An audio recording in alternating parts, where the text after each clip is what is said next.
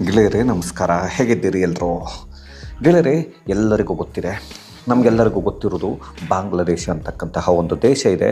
ಆ ದೇಶದಿಂದ ಬಹಳಷ್ಟು ನುಸುಳುಕೋರರು, ಅಂದರೆ ಯಾವುದೇ ಒಂದು ವೀಸಾ ಪಾಸ್ಪೋರ್ಟ್ ಯಾವುದೂ ಇಲ್ಲದೆ ಇವರು ಏನಂದರೆ ಒಂಥರ ಇಲೀಗಲ್ಲಾಗಿ ನಮ್ಮ ದೇಶಕ್ಕೆ ಬರ್ತಿರ್ತಕ್ಕಂಥದ್ದು ಪ್ರತಿಯೊಬ್ಬರಿಗೂ ಗೊತ್ತೇ ಇದೆ. ಇದನ್ನು ನಾನೇನು ಹೊಸದಾಗಿ ಹೇಳಬೇಕಾಗಿಲ್ಲ.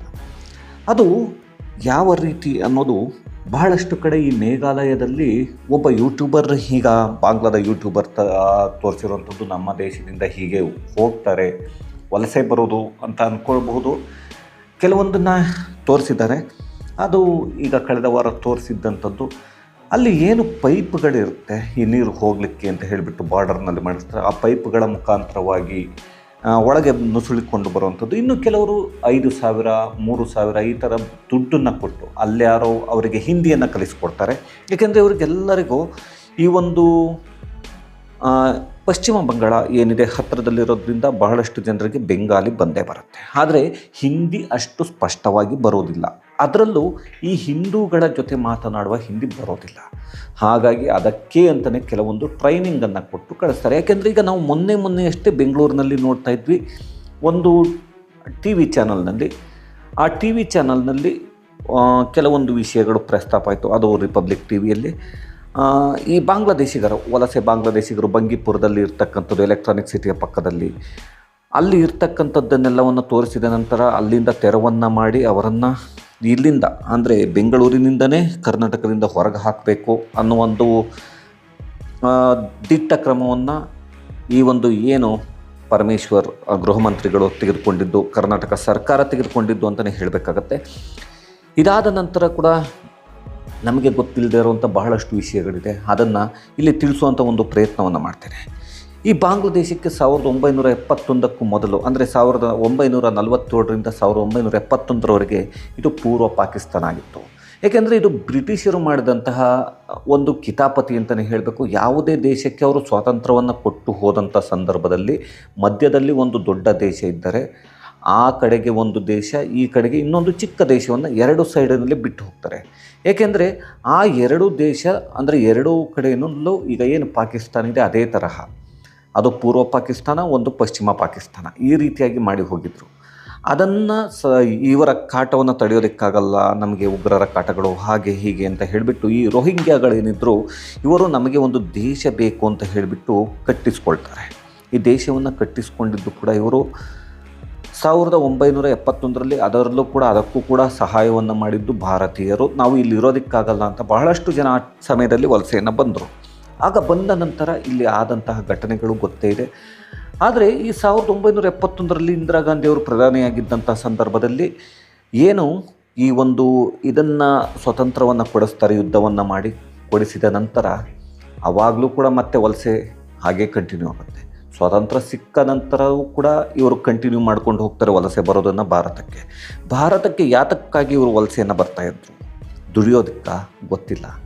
ದುಡಿಯೋದಕ್ಕೆ ಅವ್ರ ಹತ್ರ ಇಲ್ಲ, ಕರೆಕ್ಟು ದುಡಿಯೋದಕ್ಕೆ ಬರ್ತಾರೆ ಅನ್ನೋದಾದರೆ, ದುಡಿಯೋದಕ್ಕೆ ಬರುವವರು ವೀಸಾ ಪಾಸ್ಪೋರ್ಟನ್ನು ತೆಗೆದುಕೊಂಡು ಲೀಗಲ್ಲಾಗಿ ಒಳಗಡೆ ಬರಬೇಕು.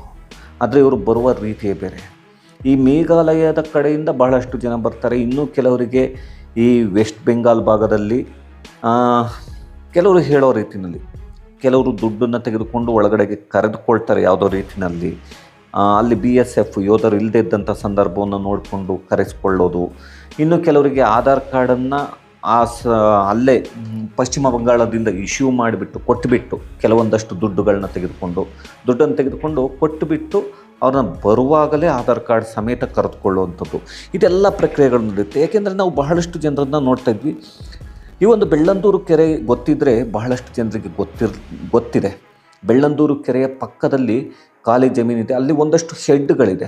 ಅಲ್ಲಿ ಬಹಳಷ್ಟು ಜನರು, ನಾನು ನೋಡಿದ ಹಾಗೆ ಒಂದು 300ಕ್ಕಿಂತ ಹೆಚ್ಚು ಶೆಡ್ಗಳಿದೆ.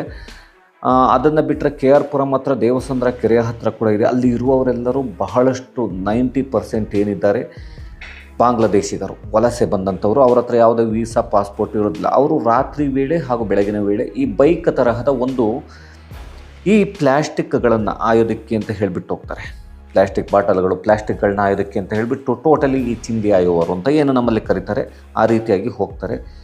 ಬೈಕಿಗೆ ಈ ಒಂದು ಹಿಂದೆ ಚೀಲವನ್ನು ಕಟ್ಟಿಕೊಂಡು ನೀವು ಬೈಕ್ ಇರುತ್ತೆ, ಬೈಕ್ ಥರನೇ ಇರುತ್ತೆ, ಆ ಕಡೆ ಈ ಕಡೆ 2 ಈ ಒಂದು ಸೈಕಲ್ ಚಕ್ರಗಳನ್ನು ಕೂಡ ಸೇರಿಸಿ ಮಾಡಿಕೊಂಡಿರ್ತಾರೆ. ಇದನ್ನು ನಾವೆಲ್ಲರೂ ಗಮನಿಸಿರ್ತೀವಿ. ಅವರೆಲ್ಲರೂ ಬಹಳಷ್ಟು 99 ಭಾಗ ಆ ರೀತಿಯಾದಂಥ ಬೈಕನ್ನು ಇಟ್ಕೊಂಡಿರ್ತಕ್ಕಂಥವ್ರು ಬಾಂಗ್ಲಾದೇಶಿಗರು. ಇದೆಲ್ಲವೂ ನಮಗೆ ಗೊತ್ತಿದ್ದರೂ ಕೂಡ ನಾನು ಯಾಕೆ ಈ ಒಂದು ಬೆಳ್ಳಂದೂರು ಕೆರೆಯನ್ನು ಹೇಳ್ತಿದ್ದೆ ಅಂದರೆ, ಬೆಳ್ಳಂದೂರು ಕೆರೆ ಫೇಮಸ್ ಆಗಿತ್ತು ಒಂದು ಸಮಯದಲ್ಲಿ. ಅದರ ಪಕ್ಕದಲ್ಲಿಯೇ ಒಂದು 300 ಶೆಡ್ಗಳನ್ನ ಹಾಕಿಕೊಂಡಿದ್ದಾರೆ. ಅಲ್ಲಿ ಒಬ್ಬೊಬ್ಬರು 4,000 ಒಂದು ತಿಂಗಳಿಗೆ ಒಂದು ಫ್ಯಾಮಿಲಿ ಕೊಡಬೇಕು. ಅಲ್ಲಿ ಶೆಡ್ ಹಾಕೊಳ್ಳಿಕ್ಕೆ ಯಾರೋ ಜಾಗವನ್ನು ಕೊಟ್ಟಿದ್ದಾರೆ. ಅವರು ಕೇವಲ ಜಾಗವನ್ನು ತೋರಿಸಿಬಿಟ್ಟು ಹೋಗ್ತಾರೆ. ಅವರಿಗೆ ಒಂದಷ್ಟು ಸಲಕರಣೆಗಳನ್ನು ಅವರೇ ತೆಗೆದುಕೊಂಡು ಬಂದು ಆ ಜಾಗದಲ್ಲಿ ಶೆಡ್ಡನ್ನು ಹಾಕೋಬೇಕು. ಅವರಿಗೆ ತಿಂಗಳಿಗೆ 4,000 ಕೊಡಬೇಕು. ಅವರು ಯಾರು ಅಂತ ಹೇಳಿಬಿಟ್ಟು ತೋರಿಸಲ್ಲ, ಅವರು ಗೊತ್ತಾಗ್ತಿಲ್ಲ. ಅದು ಓಕೆ, ಬಿಡೋಣ ಅದನ್ನು ಒಂದೆಡೆ.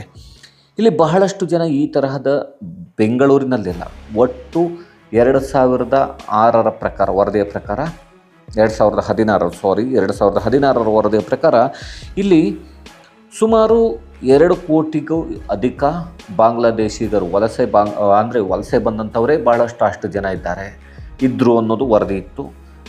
ಈಗ 2024 ವೇಳೆಗೆ ಸರಿಸುಮಾರು 3 ಕೋಟಿ ಬಾಂಗ್ಲಾದೇಶಿಗರು ಇಲ್ಲಿಗೆ ಏನು ಈ ನುಸುಳುಕೋರರ ರೀತಿಯಲ್ಲಿ ಬಂದಿದ್ದಾರೆ ಅಂತ ಏನು ಹೇಳ್ತಿದ್ದೀವಿ, ಈ ರೀತಿಯಾಗಿದ್ದಾರೆ.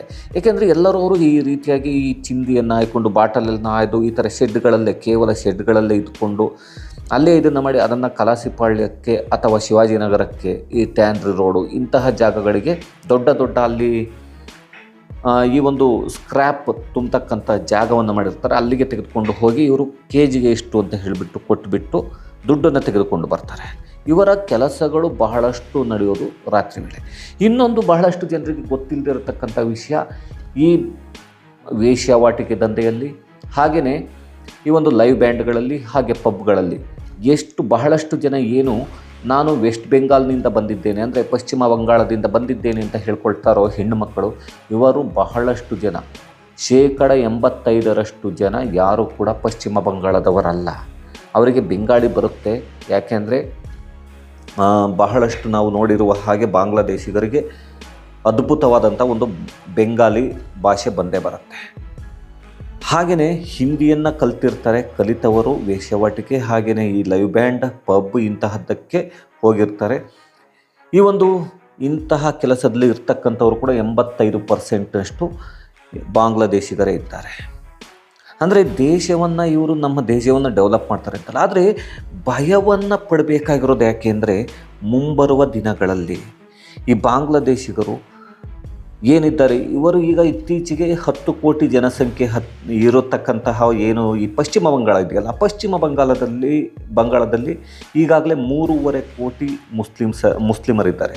ಆದರೆ ಅದರಲ್ಲಿ ಬಹುತೇಕರು ಇರ್ತಕ್ಕಂತಹದ್ದು ಪಶ್ಚಿಮ ಬಂಗಾಳದಿಂದ ವಲಸೆ ಬಂದವರಿಗೆ ಆಧಾರ್ ಕಾರ್ಡನ್ನು ಕೊಟ್ಟು ಈ ನಮ್ಮ ರಾಜಕಾರಣಿಗಳಿದ್ದಾರೆ ಗೊತ್ತಾ, ಒಂದು ರೀತಿಯಾಗಿ ಅವರಿಗೆ ವೋಟನ್ನು ಕೊಡ್ತೀನಿ ಅಂದರೆ ಬೇಕಾದರೆ ಕರ್ಕೊಂಡು ಬಂದು ಟೆರರಿಸ್ಟ್ಗಳನ್ನೂ ಪಕ್ಕದಲ್ಲೇ ಇಟ್ಕೊಳ್ತಾರೆ.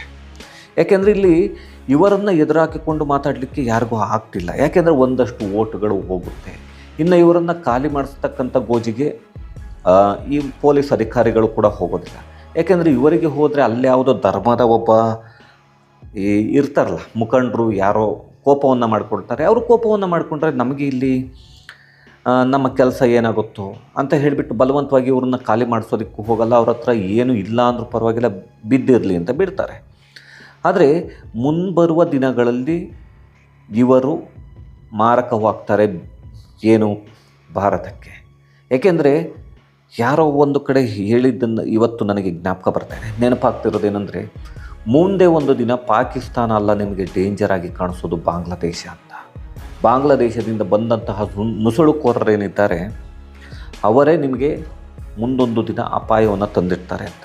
ಅದು ನಿಜ ಕೂಡ ಹೌದು. ಯಾಕೆಂದರೆ ಕೆಲವೊಂದು ದೇಶಗಳಲ್ಲಿ ನೋಡೋದಕ್ಕೆ ಹೋದರೆ ನಮಗೆ 1 ಕೋಟಿ ಜನಸಂಖ್ಯೆನೇ ಇರೋದಿಲ್ಲ.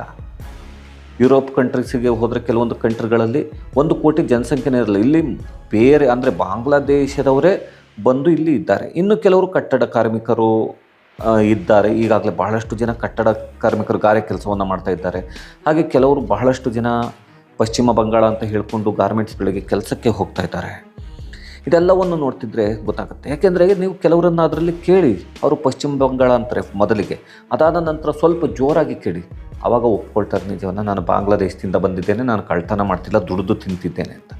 ಖಂಡಿತ ದುಡಿದು ತಿನ್ನೋದು ತಪ್ಪು ಅಂತ ಹೇಳಿಲ್ಲ, ಆದರೆ ನೀವು ಬಂದಿರುವುದೇ ಇಲ್ಲಿ ಇಲೀಗಲ್ಲಾಗಿ ಕಾಣಿಸ್ತಿದೆ. ಯಾಕೆಂದರೆ ನೀವು ಯಾವುದೇ ಒಂದು ಲೀಗಲ್ಲಾಗಿ ಇರ್ತಕ್ಕಂಥ ಪ್ರೊಸೀಜರ್ನ ಮುಗಿಸಿ ಬಂದಿಲ್ಲ ಈ ಬಾಂಗ್ಲಾದೇಶಿಗರು. ಹಾಗಾಗಿ ಯಾವ ರೀತಿಯ ಒಂದು ಪರಿಣಾಮ ಆಗುತ್ತೆ ಭಾರತದ ಮೇಲೆ ಅನ್ನೋದು ಪ್ರತಿಯೊಬ್ಬರಿಗೂ ಗೊತ್ತಿರಬೇಕು. ಈಗ ಆಗಲೇ ಬಹಳಷ್ಟು ಜನರನ್ನು ನಾನು ನೋಡಿದ್ದೇನೆ ಬೆಂಗಳೂರಿನಲ್ಲಿ. ಗಾರೆ ಕೆಲಸಕ್ಕೆ ಹೋಗ್ತಾರೆ, ಹಾಗೆಯೇ ಈ ಒಂದು ಕೆಲವೊಂದು ಕೆಲಸಗಳಿದೆ, ಆ ಕೆಲಸಗಳಿಗೆ ಹೋಗ್ತಾರೆ. ಕೆಲವೊಂದು ಕೆಟ್ಟ ಕೆಲಸಗಳು ಹೋಗ್ತಾ ಇದ್ದಾರೆ, ಕೆಲವೊಂದು ಒಳ್ಳೆಯ ಕೆಲಸಗಳಿಗೆ ಹೋಗ್ತಾರೆ. ಈ ಚಿಂದಿ ಆಯೋದನ್ನು ನಾನು ಭಾಳಷ್ಟು ಜನರನ್ನು ನೋಡಿದ್ದೇನೆ. ಹಾಗೆಯೇ ಈ ಒಂದು ಬೆಳ್ಳಂದೂರು ಕೆರೆ ಹತ್ರ ಇರ್ತಕ್ಕಂಥ ಒಂದು ಶೆಡ್ಗಳನ್ನ ಹಾಕ್ಕೊಂಡಿದ್ದಾರಲ್ಲ, ಆ ಒಂದು ಜಾಗಕ್ಕೆ ಹೋಗಿ ಬಂದಿದ್ದೇನೆ.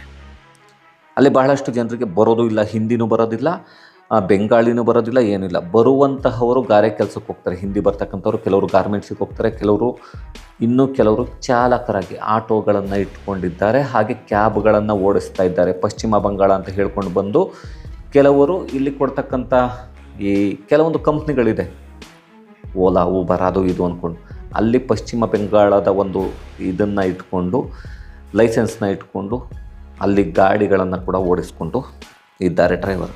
ಗೊತ್ತಿಲ್ಲ ಇದು ಯಾವ ರೀತಿಯಾಗಿ ಮುಂದೆ ಒಂದು ದಿನ ನಮಗೆ ಧರ್ಮ ಸಂಕಟವನ್ನು ತಂದು ಒಡ್ಡುತ್ತೆ ಭಾರತಕ್ಕೆ ಅನ್ನೋದು ಗೊತ್ತಿಲ್ಲ ಗೆಳೆಯರೆ. ಈ ಬಾರ್ಡರ್ನಲ್ಲಿ BSF ಯೋಧರು ಇಲ್ಲದಿದ್ದಂಥ ಸಂದರ್ಭವನ್ನು ನೋಡಿಕೊಂಡು ಬರುವಂತಹ ಯೋಚನೆಯನ್ನು ಮಾಡುವಂಥದ್ದು. ಸಿಕ್ಕಾಕೊಂಡ್ರೆ ಅದು ಬೇರೆಯ ಪರಿಣಾಮವೇ ಇರುತ್ತೆ, ಅರೆಸ್ಟ್ ಆಗ್ತಾರೆ.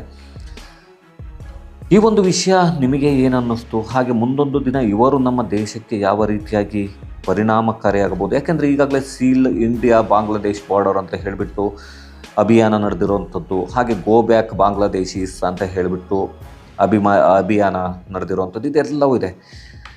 ಇದೆಲ್ಲವನ್ನು ಹೇಳ್ತಾ ಈ ಒಂದು ವಿಡಿಯೋವನ್ನು ಮುಗಿಸ್ತೀನಿ. ನಿಮಗೇನು ಅನ್ನಿಸ್ತು ಅನ್ನೋದನ್ನ ದಯವಿಟ್ಟು ಕಮೆಂಟ್ ಮುಖಾಂತರ ತಿಳಿಸಿ ಅಂತ ಹೇಳ್ತಾ ಗುಡ್ ಬೈ.